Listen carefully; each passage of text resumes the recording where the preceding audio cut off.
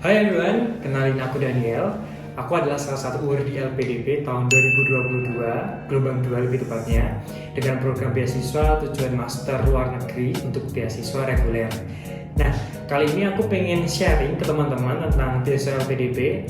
Jadi mungkin ada beberapa dari teman-teman yang masih penasaran tentang apa sih kak itu beasiswa LPDP, kemudian apa sih jenisnya. Kalian berada di video yang tepat, karena di video ini aku akan membahas secara lebih dalam tentang beasiswa LPDP.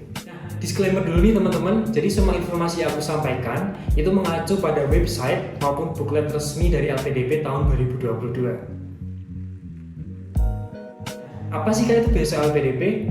LPDP sendiri atau Lembaga Pengelola Dana Pendidikan adalah lembaga di bawah Kementerian Keuangan Republik Indonesia. Nah, LPDP ini teman-teman itu memiliki beberapa program kerja. Salah satunya adalah pengelolaan dana pendidikan melalui beasiswa. Beasiswa LPDP sendiri ini akan dibuka dalam 2 gelombang setiap tahun. Jadi biasanya di awal tahun dan juga pertengahan tahun. Beasiswa LPDP ini diberikan untuk warga negara Indonesia yang memang ingin melanjutkan studi untuk jenjang magister atau S2 dan juga untuk doktoral atau S3 baik di dalam maupun di luar negeri. Apa aja sih jenis beasiswa LPDP? Utamanya LPDP ada 4 jenis beasiswa. Yang pertama ada beasiswa afirmasi, kemudian ada beasiswa targeted, beasiswa umum, dan juga beasiswa kolaborasi. Nah, untuk setiap jenis beasiswa ini juga ada subjenis beasiswanya nih teman-teman. Pertama kita bahas dari beasiswa afirmasi. Ada 4 jenis utama untuk beasiswa afirmasi ini. Yang pertama ada beasiswa penyandang disabilitas, kemudian beasiswa daerah afirmasi, beasiswa prasejahtera, dan juga beasiswa putra-putri Papua. Untuk beasiswa targeted ada 5 jenis beasiswa. Yang pertama, beasiswa PNS, TNI dan Polri. Yang kedua, beasiswa kewirausahaan. Yang ketiga, beasiswa kerjasama bidang metalurgi dan sains material. Yang keempat ada beasiswa pendidikan kader ulama. Dan yang terakhir ada beasiswa dokter spesialis dan dokter subspesialis. Kemudian untuk beasiswa umum nih teman-teman, ini beasiswa yang aku daftar juga. Ada 3 jenis yang utama. Ada beasiswa reguler, kemudian ada beasiswa PTUD atau perguruan tinggi utama dunia, dan yang terakhir ada beasiswa co-funding. Dan yang terakhir, beasiswa kolaborasi. Ini adalah beasiswa kolaborasi dengan Kementerian Pendidikan, Kebudayaan, Riset dan Teknologi atau Kemendikbudristek. Informasi lebih lanjut mengenai setiap jenis beasiswa ini, teman-teman bisa akses lebih lanjut di website resmi LPDP di lpdp.kemenku.go.id. Nah, setelah teman-teman masuk ke website LPDP, teman-teman bisa langsung menuju ke pilihan scholarship. Kemudian di sini teman-teman bisa langsung memilih jenis beasiswa yang ingin kalian akses. Buat kalian yang penasaran komponen beasiswa apa aja sih yang disupport oleh LPDP, nah di sini teman-teman bisa lihat ini adalah informasi dari buklet resmi LPDP.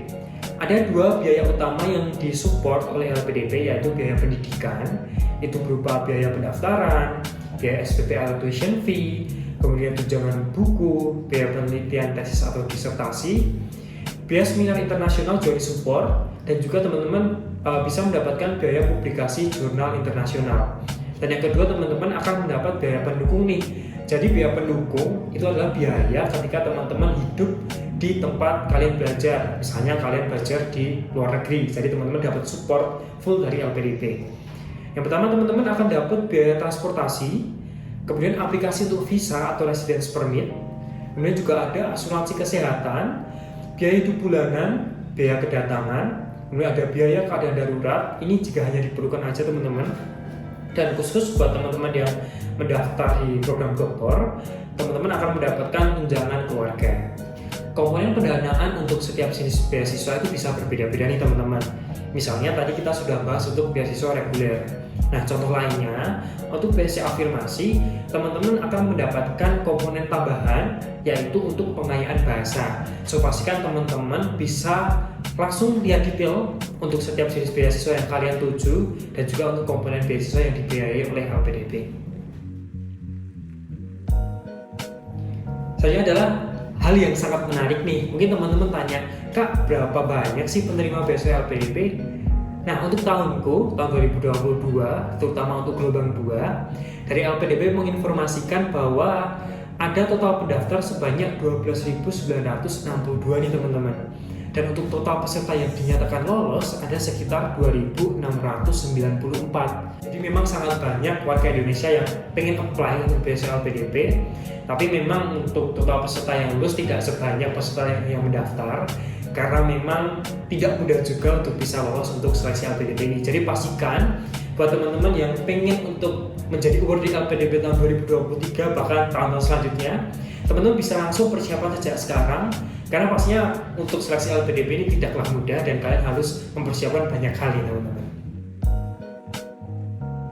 LPDP itu tidak sembarangan untuk membiayai semua universitas teman-teman.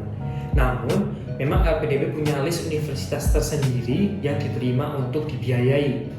Nah, pastinya universitasnya adalah universitas yang sudah terakreditasi dan juga baik di mata LPDP. Nah, kembali lagi untuk list setiap universitas ini teman-teman bisa langsung spesifikkan sesuai dengan jenis beasiswa yang teman-teman ingin apply. Nah, di sini teman-teman bisa langsung menuju ke website LPDP. Kemudian, untuk file list perguruan tinggi baik di dalam maupun di luar negeri, teman-teman bisa lihat di bagian bawah kiri website beasiswa LPDP. Dan di situ nanti akan ada informasi dari perguruan tinggi tujuan, kemudian negara, dan juga pastinya bidang studi yang bisa disupport oleh LPDP. Sekarang kita bahas tentang tahapan seleksi LPDP. Secara umum ada 3 tahapan seleksi LPDP.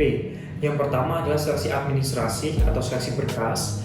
Yang kedua adalah seleksi bakat skolastik, jadi semacam TPA. Dan yang ketiga adalah seleksi substansi atau seleksi interview.